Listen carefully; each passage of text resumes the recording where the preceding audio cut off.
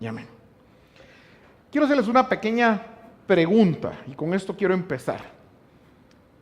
¿Cuántos son buenos comedores aquí? Yo soy un comelón nato, si no me pueden ver la figura, es redonda, así que me siento orgulloso, han sido horas de entrenamiento y práctica, no crean que lo adquirí solo así, ¿verdad?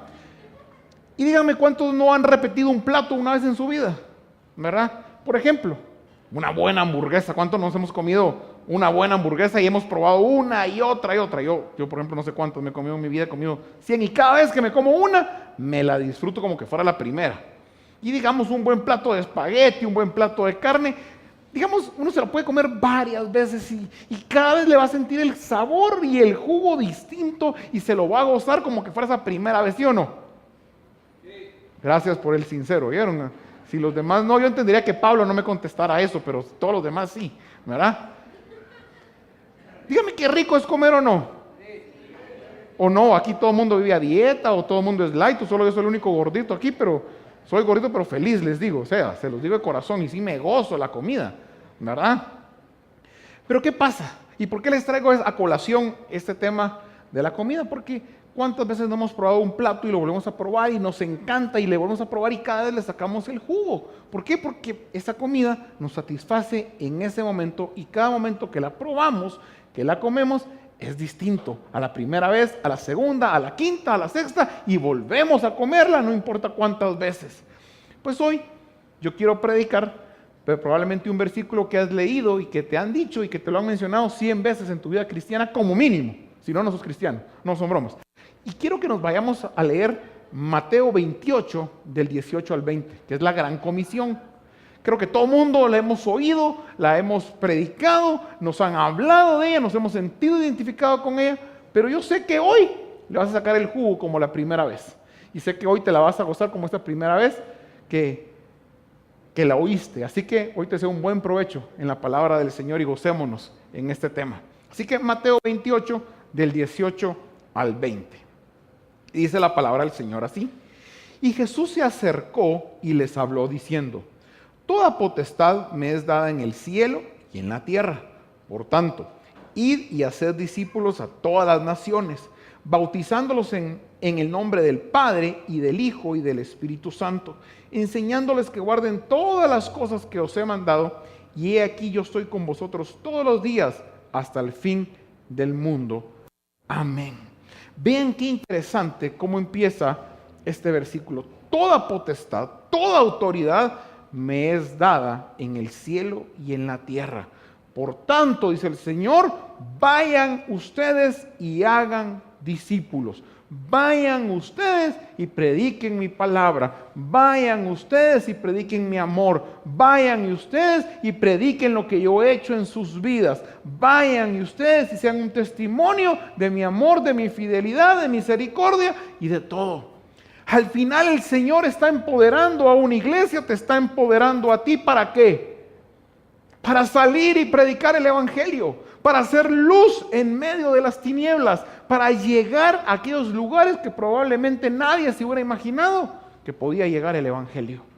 Y el Señor te está dando este mandamiento, esta ordenanza para que prediques. Pero ¿cuál es el gran problema? ¿Por qué muchas veces no lo hacemos? Porque normalmente queremos una plataforma perfecta para la predicación. Queremos un lugar perfecto para predicar, un ambiente perfecto para predicar. Y muchas veces eso no se da en nuestras vidas. Tú tienes un ambiente perfecto para predicar, ¿en dónde? En tu familia, en tu trabajo, en el gimnasio, en donde hagas tu vida social, donde hagas tu vida familiar, en donde te desarrolles profesionalmente. Es un lugar perfecto para predicar el evangelio de Cristo Jesús.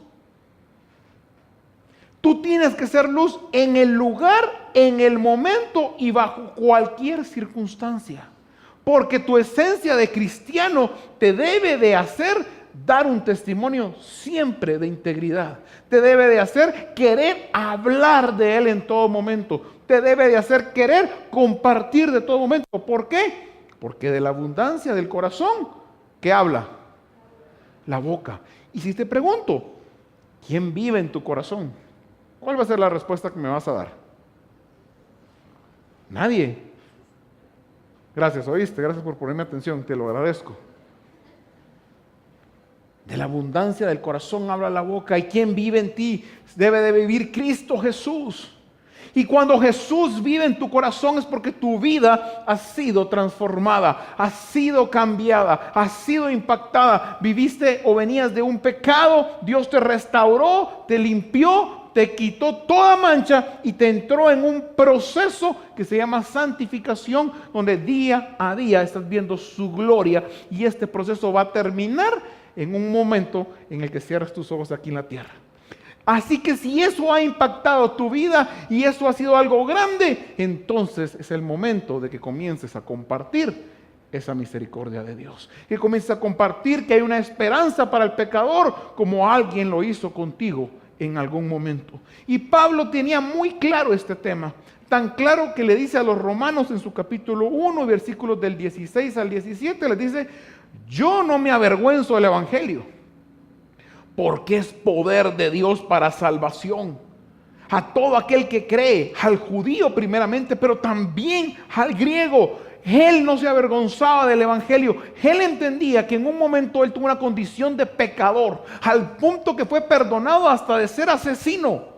O sea, no importa la magnitud de tu pecado, lo frecuente que había sido tu pecado, Dios puede perdonarte. Y Pablo lo tiene tan claro en este pasaje y lo dice: por eso es que yo no me avergüenzo, porque aún nadie hubiera dado nada por mí en ese momento. Aún mi pecado era tan grande que me ensució las manos y pude haber sido condenado. Aún así yo tenía sangre inocente en mis manos. Así me amó Dios, así me perdonó, me restauró, y hoy sé que soy salvo. Y por esa razón que impactó tan fuertemente mi vida, yo nunca me voy a avergonzar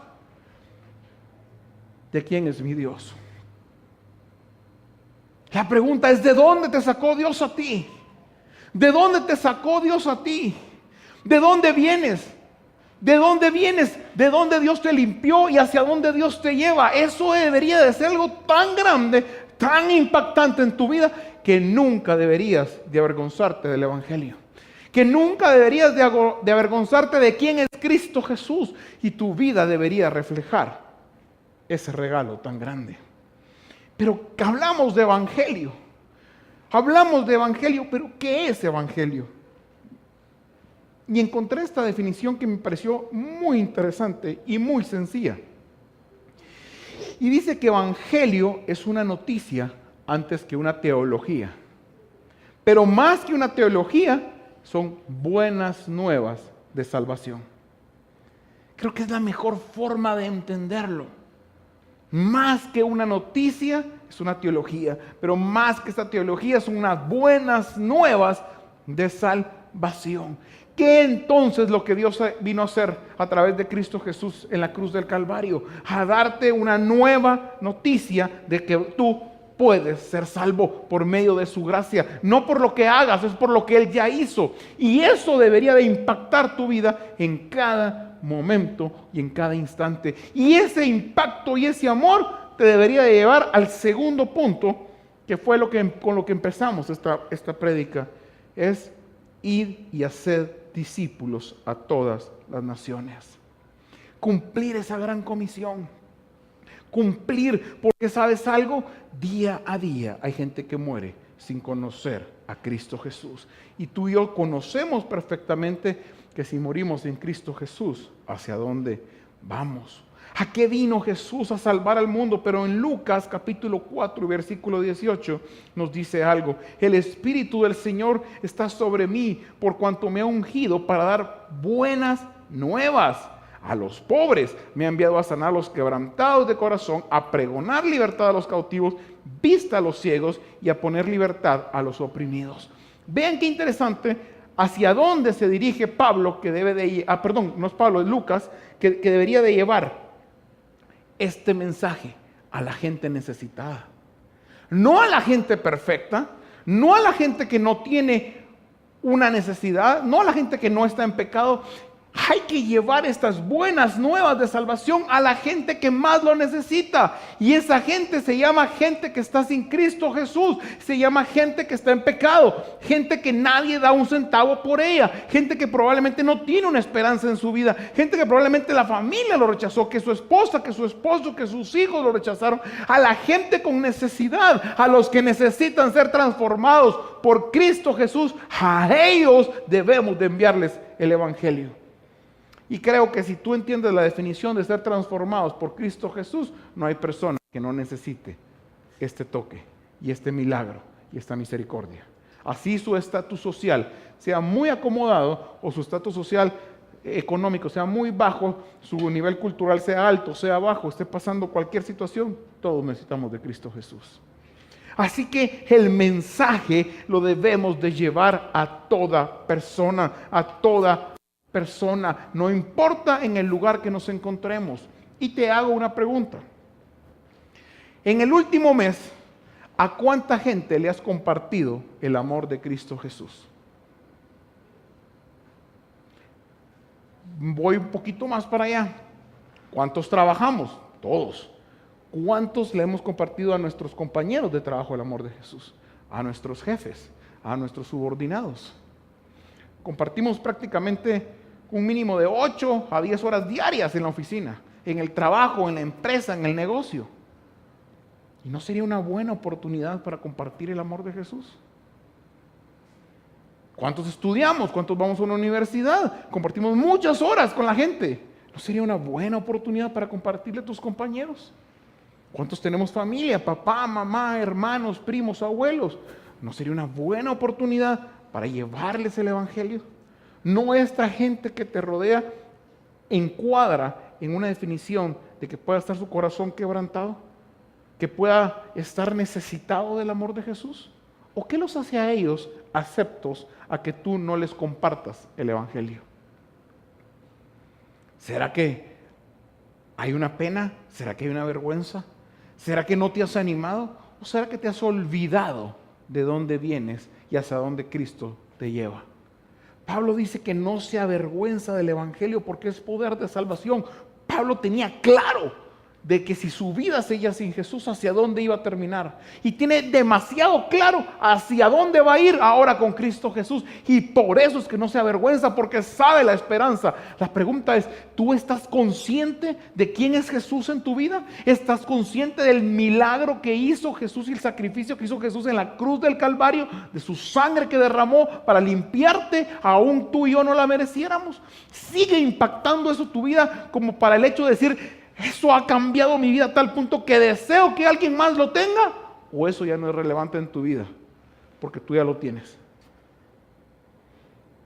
¿Será que muchas veces ya damos por hecho el hecho que somos salvos y ya no vale la pena que alguien más lo sea y por eso no compartimos?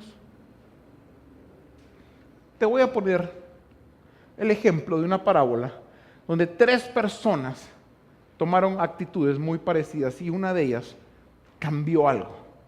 Y vamos a ver qué pasa en el libro de Lucas, capítulo 10, versículos del 30 al 37. Y dice, respondió Jesús y dijo, un hombre descendía de Jerusalén a Jericó y cayó en manos de ladrones, los cuales le despojaron e hiriéndole se fueron y dejándolo medio muerto. Y aconteció que descendió un sacerdote por aquel camino y viéndole pasó de largo. Asimismo un levita, llegando cerca de aquel lugar y viéndole pasó de largo. Pero un samaritano que iba de camino vino cerca de él y viéndole fue movido a misericordia y acercándose vendó sus heridas, echándoles aceite y vino y poniéndole su cabalgadura lo llevó al mesón y cuidó de él. Otro día al partir sacó 2 denarios y le dio al mesonero y le dijo, cuídale y de todo lo que gastes más yo te lo pagaré cuando regrese. ¿Quién pues de estos 3 te parece que fue el prójimo del que cayó en manos de los ladrones? Él le dijo, el que usó misericordia con él. Entonces Jesús le dijo, ve, haz tú lo mismo. Vean qué interesante esta parábola. Una persona la asaltan y por asaltarla le dan una paliza a tal punto que lo dejan prácticamente por muerto, dice la Escritura. O O sea que a ese pobre sí le habían dado duro. Al punto de que él, me imagino, haber estado sangrando en la calle, prácticamente muriéndose, con un montón de golpes en un montón de lados, y el primero que pasa es un sacerdote, el segundo es un levita, y por último un samaritano. Pero el sacerdote y el levita pasan de una manera indiferente, a pesar de que ven la necesidad de alguien, en ese momento pasa. Y el samaritano no, toma una actitud distinta. Y derivado de esto me puse a estudiar qué función y quién era el sacerdote, quién era el levita y quién era el samaritano. Y bíblicamente encontré las siguientes respuestas. Primero, ¿quién es el sacerdote? El sacerdote es la persona debidamente consagrada para ministrar en cosas sagradas como mediador entre el hombre y Dios y para ofrecer sacrificios por medio de los pecados de los hombres. Interesantísimo. El sacerdote, una persona que conocía la verdad, manejaba la palabra de Dios prácticamente a perfección, sabía de todos los rituales que se requerían en el templo, dirigía el templo, una persona que probablemente su vida estaba consagrada a servir a Dios, una persona que la mirabas desde temprano en el templo, que mirabas que todo su vida se rodeaba o se circunscribía a Dios. Pero esta persona, con todo este conocimiento, con toda esta sabiduría, con todo esto que hacía, no fue movido a misericordia. Vio la necesidad, sabía lo que la palabra de Dios decía, pero aún así fue indistinto. Aún así, su corazón no fue conmovido. No fue llevado a misericordia. Porque muchas veces nos pasa que conocemos la verdad. Hemos crecido en el Evangelio, o hemos vivido el Evangelio, hemos oído la palabra, hemos estado en cada servicio, en cada retiro, hemos recibido EPS, hemos recibido Recovery, hemos estado en todos los procesos que nos lleva a conocer a Jesús. Somos los primeros que venimos, los últimos en irnos, servimos de alguna u otra forma, pero muchas veces esto se convierte en un estilo de vida.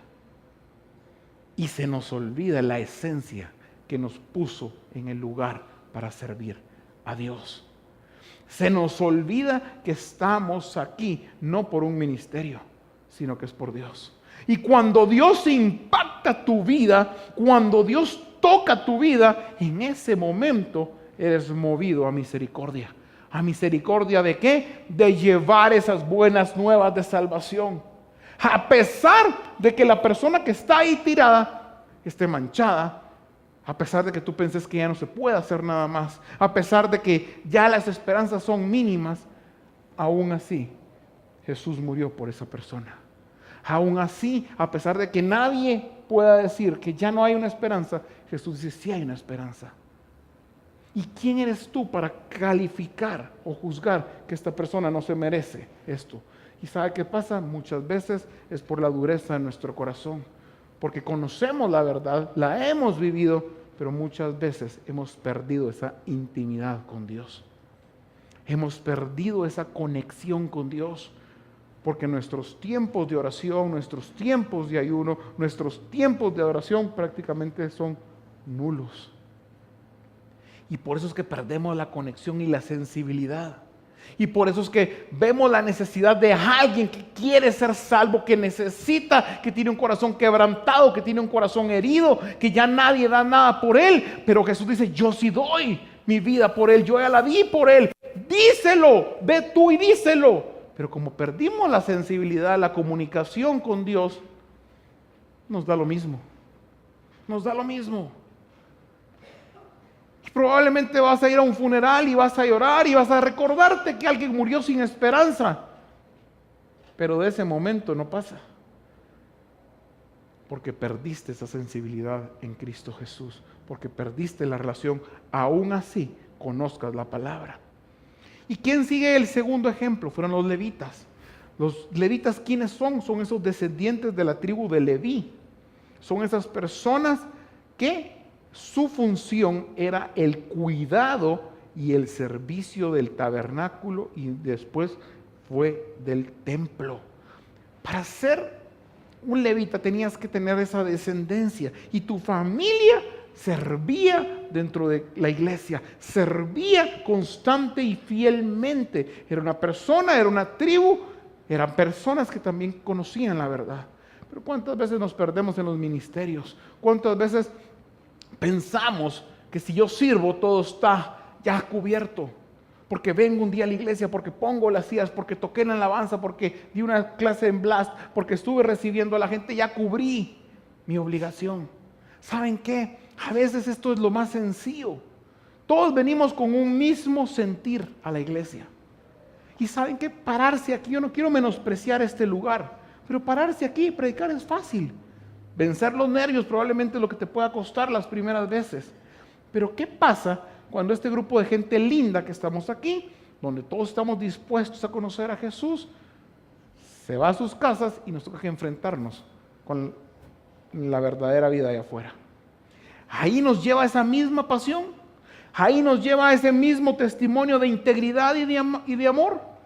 Ahí volvemos a apasionarnos por Jesús y a sentirnos sensibles, o la sensibilidad solo la tenemos aquí cuando estamos dentro de la iglesia. No confundas y no priorices tu ministerio antes de Dios, porque primero es Dios y después podría ser el ministerio. No confundas de dónde vienes y no confundas que eres merecedor de lo que tienes en Cristo Jesús. Él te lo ha dado por gracia y misericordia. Pero es el momento de volverte a reconectar y volver a decir: yo no me voy a avergonzar del evangelio, yo voy a salir y predicar porque el impacto que Dios tuvo en mi vida es tan grande que no me puedo callar. O te podrás callar de ese impacto tan grande que Dios ha tenido en tu vida. Probablemente eres el sacerdote, probablemente eres el levita que ha servido toda la vida. ¿Dónde está tu conexión en Cristo Jesús? ¿Dónde está esa sensibilidad y a dónde has sido movido a misericordia para llevar el evangelio? ¿A dónde? ¿O será que esto se ha convertido en un estilo o una forma de vida? ¿Será que esto se ha convertido en algo que haces como parte de tu rutina y Dios ya no es el centro de tu vida? ¿Y quién es el samaritano entonces en esta parábola? El samaritano se refiere a los ciudadanos del antiguo reino de Israel y más tarde o más adelante se le aplicó específicamente a la gente de Samaria. Yo me pregunto, ¿por qué el samaritano, que probablemente no conocía la verdad, no estaba tan involucrado en la iglesia, no conocía tanto la palabra, no conocía tanto los rituales, no había servido tanto a Dios, él sí fue movido a misericordia? ¿Por qué? Porque muchas veces no se requiere el conocimiento para servir, se requiere la disposición del corazón. A veces no se requiere que todo funcione a la perfección para que yo pueda servir a Dios, que la iglesia tenga la plataforma perfecta, que el ministerio tenga la plataforma perfecta, que me ayuden económicamente, que estén todos orando por mí, que todo se dé perfecto, que cuando Dios me hable baje la presencia del Señor, que se derrame el Espíritu Santo, que se sienta ese olor fragante, que tiemble la tierra para yo servir. A veces no pasa todo esto. Pero lo que puede pasar en tu vida es decirle: Señor, aquí estoy, úsame. No esperes el momento perfecto para ser llamado a servir a Dios, porque ese momento es hoy. Aún con tu corazón quebrantado, aún con tus pecados, aún con lo que estás lidiando, Dios no quiere una iglesia perfecta, quiere una iglesia que sea sometida a esa voluntad divina. Y para someterse debe de haber un anhelo, y para haber un anhelo debe haber un amor genuino. Pero si no existen estas condiciones, no existe esa misericordia que alguien un día tuvo en tu vida para compartir el evangelio contigo. ¿Cuántos testimonios hemos oído de gente que dice que ha manejado, que ha viajado, que ha hecho con tal de compartir el evangelio y el amor de Jesús, que ha vendido todo lo que tiene para que alguien sea salvo? Porque es tan grande esa necesidad de compartir, es tan grande ese impacto que Dios hizo, que no se puede callar. La pregunta es, ¿tú puedes callar ese impacto en tu vida? ¿Tú puedes callar ese amor y esa misericordia en tu vida? ¿O será que a veces no actuamos y no predicamos porque lo que decimos y lo que actuamos hay una distancia muy grande? Y cuando la gente nos ve actuar, no encuentra una diferencia entre una persona que no conoce a Jesús y nosotros que supuestamente lo conocemos. ¿Será que nuestro testimonio es el que no nos hace realmente compartir el Evangelio? Y la vergüenza no viene de Jesús, sino que viene porque nosotros, nuestra vida no refleja su amor.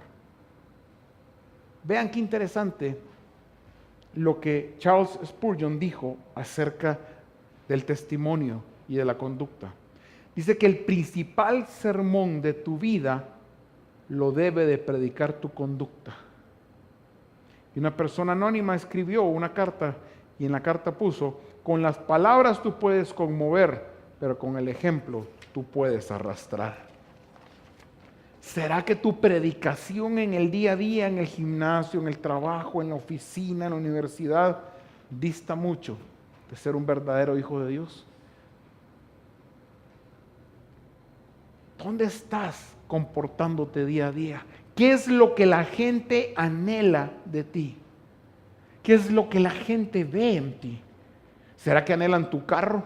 ¿Será que anhelan tu casa? ¿Será que anhelan lo material o lo bien que estás económicamente o donde Dios te ha llevado? ¿O anhelan lo que nadie más puede obtener, que es un corazón limpio delante de Dios? ¿Qué es lo que la gente ve en ti? ¿Qué es lo que tú proyectas como una imagen? ¿Se refleja el amor de Jesús en tu vida? La gente puede decir: yo no sé qué tiene esa persona, pero yo quiero tener ese corazón. O lo que dicen: no, yo quisiera tener esa casa que ese chato tiene, pues, o ese carro. ¿Qué es lo que ven en ti? ¿Qué es lo que ven en ti? ¿Qué es lo que le estás dando al mundo? ¿Qué es lo que le estás haciendo luz? O ni siquiera, aunque conoces la verdad, aunque le has servido, ya no sos movido a misericordia porque tu testimonio es muy distinto. Y a veces sos peor que los que no conocen al Señor. Y te lo digo con todo respeto y me lo digo a mí mismo.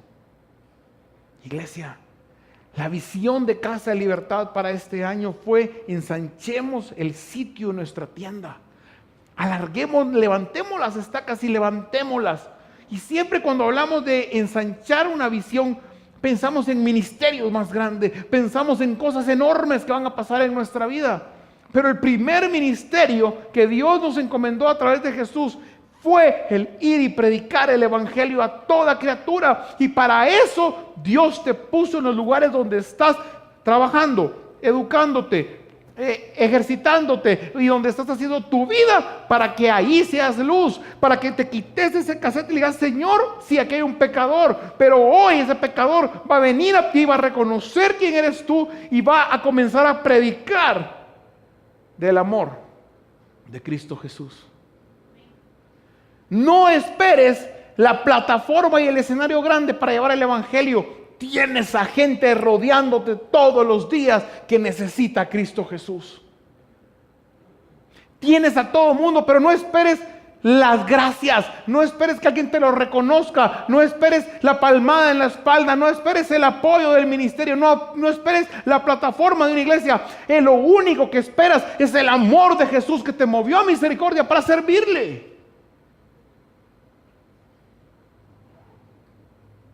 ¿Qué es lo que nos impide? Es que el cansancio, los niños, lo que sucede en el día a día, tanto te drena para que el amor de Jesús no sea algo que impacte tu vida. ¿O será que en todas estas preguntas o respuestas que estás haciéndote o te estoy dirigiendo en esta mañana, lo único que encontramos es un yo? Un yo poniendo excusas, queriendo momentos perfectos y satisfacer lo que uno debería pensar que debería ser un ministerio.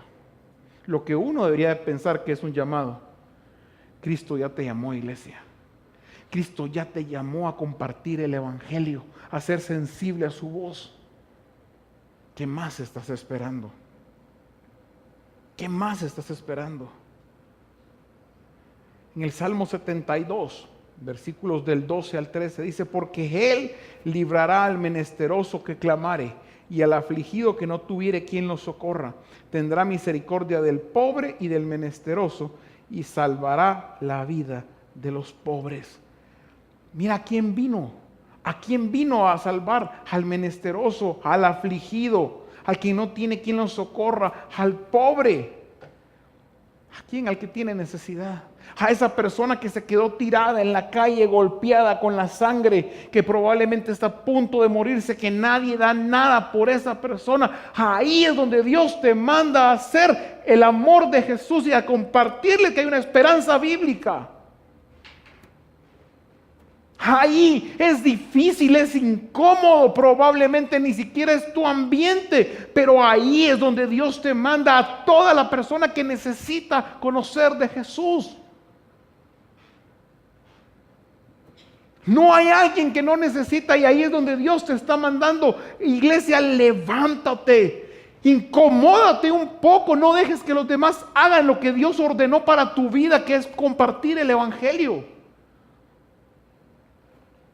Y lleva el amor de Dios, lleva ese amor que cambió, que impactó tu vida, a esa persona que está tirada a la par tuya. Tú no sabes si tu jefe, si tu compañero, si tu entrenador de gimnasio, si la persona con que sales a correr está tan necesitada de Dios que ya no puede más. Tú no sabes si tu maestro de clases, si tu primo, si tu hermano, si tu papá, si tu mamá tienen tal necesidad de Dios que están sangrando en ese momento y ya no pueden dar un paso más y sienten que el mundo se les cae. Pero hay que levantarnos y volver a la esencia de lo que Dios hizo con nosotros. Porque un día tú estabas y yo en esa misma posición, sin esperanza. Y saber cuánta gente pasó a la par tuya. Pero hubo alguien que fue movido a misericordia por el amor de Jesús. Y ese alguien llevó el evangelio. Y Jesús sanó tus heridas.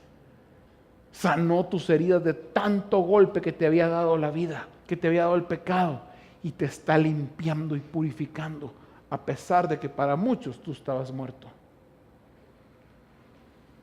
Si eso no ha impactado tu vida, no sé qué lo podrá hacer.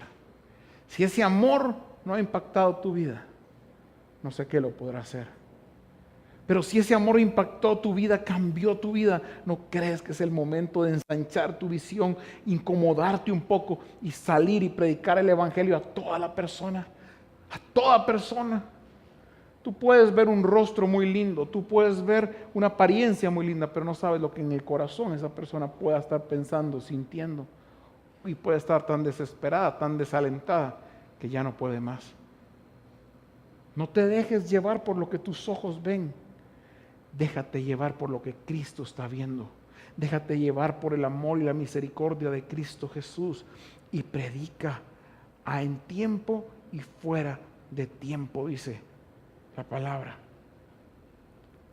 Pero Pablo, sabiendo que no se avergonzaba del evangelio, sabiendo el impacto que tenía el evangelio en su vida, sabiendo que había un Dios que lo había movido a misericordia, dice en Romanos 10, del 11 al 13, pues la escritura dice: todo aquel que en él creyere no será avergonzado, porque no hay diferencia entre un judío y un griego, pues es el mismo el Señor de todos, es para los ricos como para todos los que le invocan, porque todo aquel que invocare el nombre del Señor será salvo. Toda aquella persona que invoque el nombre del Señor va a ser salva. No hay acepción, no hay pecado tan grande que Dios no pueda perdonar, no hay corazón que Dios no pueda restituir, no hay vida que Dios no pueda cambiar. Tú ve y incomódate un poco, acércate al necesitado, aún así esté lleno de pecados, esté sucio, esté sangrando, aunque ya no hay una esperanza. Dios dice: sí hay una esperanza, y mi esperanza traerá salvación, traerá cambio a la vida de esa persona, como lo trajo en tu vida y en mi vida. Y quiero terminar, y voy a pedir a los músicos que suban, por favor, vamos a terminar adorando un momento a Dios. Pablo, después de entender que el tema de la salvación era lo más importante en su vida y por eso no se avergonzaba, lanza las siguientes interrogantes a la iglesia en Roma y hoy te las lanzo a ti. En Romanos capítulo 10, versículos del 14 al 15, Pablo pregunta y dice: ¿cómo pues invocarán a aquel en el cual no han creído? ¿Y cómo creerán en aquel que no han oído?